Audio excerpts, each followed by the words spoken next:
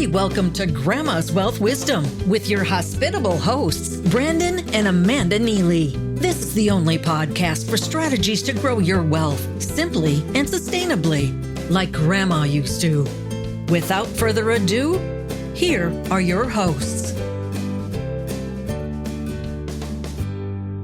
Hi, I'm Amanda, and welcome to Grandma's Wealth Wisdom, where we work with you to build wealth Grandma would be proud of. Hey, I'm Brandon, and today's episode is episode 37, Trying to Get Ahead. So my apologies in advance if today's episode comes across a little bit like a rant, because it pretty much is a rant. And we're going to be talking about one of my biggest pet peeves, and the reason Amanda drives more than me, actually, because it's a big pet peeve of mine. And I think it's my dad's as well, and it's hereditary. It's drivers who swerve around to try to get ahead of everybody else. You know those ones with the red cars, the fast ones that try and get ahead, and you're just watching them swerve in front of another person with an inch in front of them. You know what I'm talking about. It happens to also be one of Grandma's pet peeves too. But hers is a bit more of a safety concern, probably because of that inch thing. And if you're listening in the car right now, Grandma might remind us to keep your hands on the wheel between 10 and 2 and eyes on the road, and drive nice and obey all the traffic laws, except maybe you can go 9 miles per hour over the speed limit a little bit, because, you know, those crazy drivers that go 120 miles over the speed limit. Just be careful. Stay careful. You'll see them now that we talked about it in the beginning of this episode. You probably already see them. And Brandon's side of this is one that I hear all the time when we're traveling around the city, and people like create lanes where there isn't one. And Brandon complains to me about it every single time. Or when we're on the interstate and cars are swerving in and out of lanes really close to other cars. And I just say what I heard my dad say all the time growing up. He would always say, go on, bird brain, we'll walk, kind of the person that's going fast will stay, slow. Go on, bird brain, we'll walk. And I just kind of brushed it off. But Brandon gets frustrated, and he can go on and on about it, and on and on. I mean, it's frustrating to me that people try to get ahead of everyone else, but end up slowing everyone down. We saw this when we were in Texas. These types of drivers cause others to have to brake and slow down, and they slow down everyone behind them. And typically the driver trying to get ahead doesn't get very far ahead anyway. Yeah. So we promise there are financial lessons in all of this. We're going to get there. But there has been some very important research done on if changing lanes in particular. Very important. Yeah, you'll get the joke there in just a second. So if changing lanes in particular actually helps you get to your location faster, your destination. We're going to start there, and we promise we're going to get to the Grandma's wealth wisdom behind this analogy. So Brandon, what was this important research that was done? So it was on an old episode of Mythbusters, the TV show. And we saw this a long time ago, but it was something that it stuck with us, of course, because we're talking about it in a podcast. Now, we apologize if we get some of the details wrong. We're going off of memory. And if you want to, you can fact check us by going to Mythbusters and researching it. So what they did is they had actual drivers drive the same interstate route. Some drivers stayed in the same lanes, and others got to change lanes whenever they wanted to try to get to their destination faster. And if we remember the episode right, the Mythbusters found that the ones who changed lanes, they did get to the destination faster, but just slightly faster than the ones who stayed in the same lane. It might have been like a few minutes faster. Or seconds. No, I think it was a few minutes, but they were going a long a long journey. Yeah. But there was even a more important finding. The drivers who switched lanes underwent lots more stress than the ones who stayed in the same lane. Yeah, this was kind of an unexpected result that they found. Because they were doing this test multiple times on multiple routes, some drivers got to experience both parameters of the test. So they would stay in the same lane on one trial, and then they'd try to switch lanes on the next trial, and they got to experience both the same driver. And when they were told to switch lanes and try to get ahead, they reported that they had increased heart rate and anxiety, that when they got to their destination, they were a lot more stressed out. So the Mythbusters episode definitely makes me think differently about driving. Maybe that's another reason Amanda drives after I watched it. Is it more important to get to my destination a few minutes faster, or to keep calm and composed, which might even help me live longer? Not to mention the importance of asking a question grandma might ask. Is it more important to get there a few minutes early or to get there in one piece? How many times have we heard, a grandma type figure ask us that question, or, kind of say that kind of thing? Drive safe now. You want to get there, in one piece rather than quickly. And, it's commonly known, reckless and hurried driving causes accidents. And even if you don't cause an accident, it could actually get you pulled over by the police, and that could slow you down from getting to where you want to go. So drive safe. It's more important to get there in one piece than to get there just a few minutes earlier. So those are good points. Now that we've explored this pet peeve of mine, let's get to how this applies to our money, because it actually does apply to our money. What does trying to get ahead financially look like, and how do people try to swerve in and out of financial traffic to possibly get more money? Yeah, to keep this simple, we're going to pretend that the person trying to get ahead at all costs is the hare, and the person who stays in their lane is, you guessed it, the turtle. Or the tortoise. We're going to say turtle because it's a little easier to pronounce. Now, let's pretend that we do not know who wins the race yet.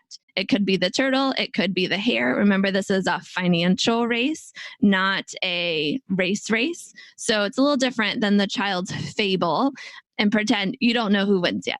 Sounds good. So the hare's financial strategy might look like this. So he spends Sunday reading the paper and deciding what stocks or exchange-traded funds to buy and what to sell, depending on the news of the week and how things are looking for reputable companies. Like he's going to decide on Sunday. And on Monday, the hare begins his trading activity for the week.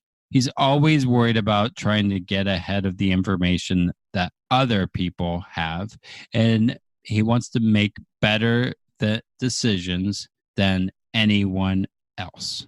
And he's actually doing pretty well. Sure, sometimes he loses a little bit of money, but overall, the decisions he makes to buy and sell are good ones, and he sees his account values increasing. Plus, he's a regular saver and a responsible spender, two very important things. So over the long term, his financial path is moving up and to the right like he wants. Until January 31st comes and he gets a 1099 from his brokerage firm. This 1099 you could see as maybe a speeding ticket. You got a speeding ticket. It's a 1099. Dun, dun, dun. Sorry, go ahead. That just popped into my head. He has to use some of the profits he has made this year to pay taxes on those paper profits to that police officer. He didn't use the money. Internal Revenue Service. Still has to pay taxes on it. Good thing he has some stocks he can sell to pay those taxes. It's a small dip into his account value, but he hopes he can recover it quickly by doubling down on the research and his buying decisions. Grandma always said, eat your vegetables. She loved making home-cooked meals with healthy food and from-scratch desserts. Would you create a diet of fast food or cookie-cutter financial products that made you fat and bloated with fees? Or would you like wholesome, time-honored wealth strategies served with balance and trust? Get started with your healthy money planning by downloading Wholesome Wealth Recipes. Your Moolah cookbook is waiting for you at grandmaswealth.com. So paying taxes is kind of like paying a ticket. That was a fun analogy, and I think it's really important. He did not use the money, but he still has to pay taxes on it. A very important point there. But then, by the time his first bunny child gets ready for college, he's amassed a good amount of money in the brokerage account. He's really excited about the wealth he's building until He sees the expected family contribution that Rabbit University is expecting because they factor the brokerage funds into the family contribution for college. This is kind of like, rather than a ticket, he gets an increase in his insurance, like car insurance. This would be like the equivalent of that. He has to pay more for college because he has the, higher net worth that's showing up and is impacting what the university says he has to pay. So again, it's time to dip into his account value so he can help cover the cost of tuition for his little bunny children. And there are so many other examples of the setbacks Hare experiences in life. I mean, he's trying to get ahead. He wants to buy and hold as much as possible, but life is always changing. Companies he thought could be long-term investments go downhill. There are always legitimate reasons to sell stock and help his family. A new car, a home repair, the trip of a lifetime, and on and on. Plus, Hare's strategy is subject to what others are doing. There are other drivers on the same road, and they're trying to get ahead too. And they seem to buy or sell their stocks in much the same way as Hare, which keeps him from seeing the growth he really wants. Then, every few years, the fees charged by the brokerage firm change, and Hare can't predict what changes will hit in December each year when they charge those fees. Hare is trying to get ahead, but he's stressed and anxious about the decisions he's making each time he buys and sells. He also notices his heart race whenever there's a big, unexpected, or expected dip in the market. If only he was ready to pounce and buy a lot during those dips. Then he could really see a lot of growth in his account and get ahead of the curve once and for all. Yeah, to kind of stretch this car analogy a little bit, it's almost like there are accidents that happen, those dips in the market, and sometimes he can see them coming, but he can't brake fast enough, and he ends up, being part of that accident anyway. And instead of being able to maybe swerve around it and get, kind of get ahead of it or stop and help the people or, whatever might happen. That actually happened to us where we were stuck on the freeway for an hour, I think, because of a accident, 2-lane road. We couldn't get off either. Yeah, we might talk about that in the next episode because we're going to keep this car analogy going. But now let's get to the turtle. What about the turtle?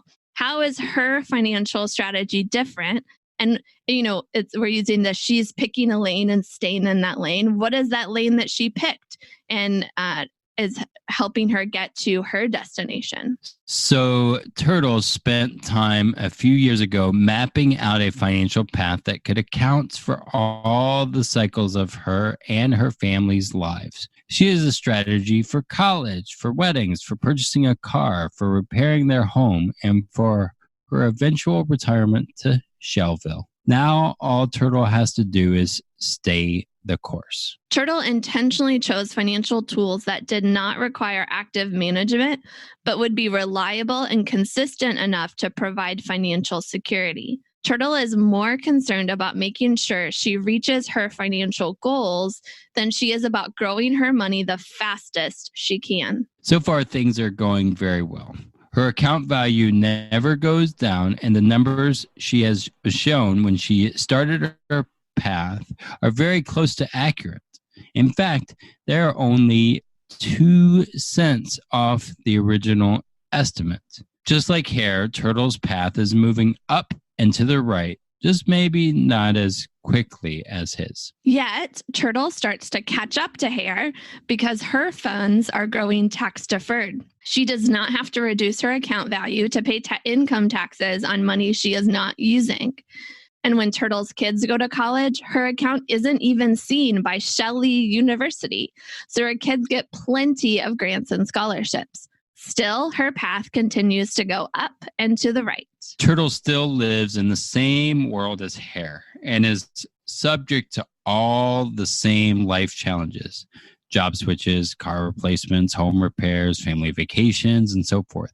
Yet each time Turtle uses her savings to cover these costs, she doesn't skip a beat in the growth she was expecting. That's a very important point. Turtle gets the same growth even when she needs to use her funds. And then on top of that, Turtle can play Hare's game anytime she wants.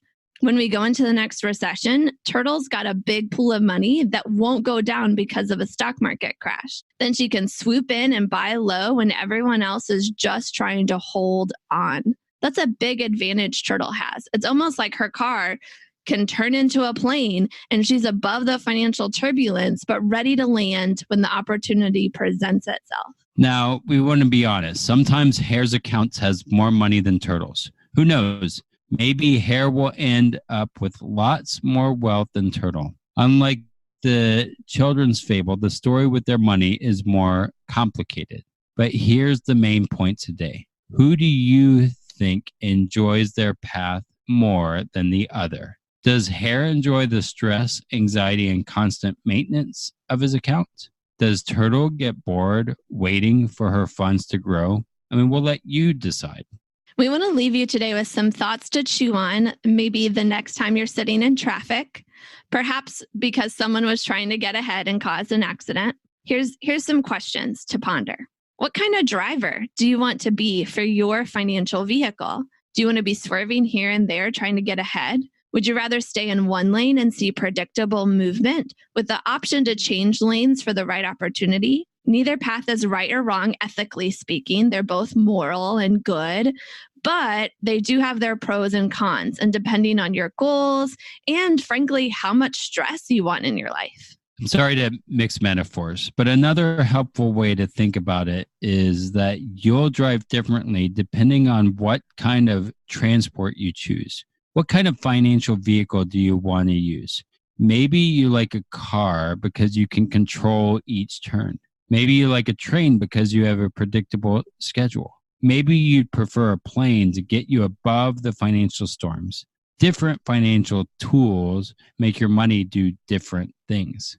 Decide first what you want your money to do for you, and then pick the tool that best fits. The Wholesome Wealth Recipes at grandmaswealthwisdom.com can help you do just that. So just go to grandmaswealthwisdom.com and download it there. Yeah, the big thing about these Wholesome Wealth Recipes, the main entree is just questions that help you pick a financial vehicle that fits what you want your money to do for you. So if that's something you're like, I'm not sure what I want my money to do, or I'm not sure what financial vehicle matches what I want my money to do, that is the main entree in these recipes. So please go get that download. And then we'll talk to you again in the next episode when we'll be sharing about what we've learned about money from road tripping with a 15-month-old versus road tripping when we did not have a kid yet. So be sure to subscribe and stay safe on the roads and with your money. Until next time, keep building your wealth simply and sustainably for your own future and the future of our grandchildren's generation. The topics presented in this podcast are for general information only and not for the purpose of providing legal, accounting, or investment advice. On such matters, please consult a professional who knows your specific situation.